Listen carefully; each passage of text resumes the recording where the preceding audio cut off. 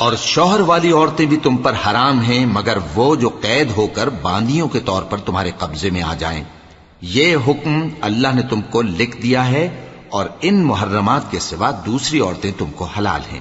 اس طرح سے کہ مال خرچ کر کے ان سے نکاح کر لو، بشرطے کہ نکاح سے مقصود عفت قائم رکھنا ہو، نہ کہ شہوت پرستی۔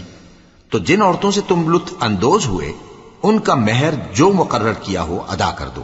اور اگر مقرر کرنے کے بعد آپس کی رضامندی سے مہر میں کمی بیشی کر لو تو تم پر کچھ گناہ نہیں،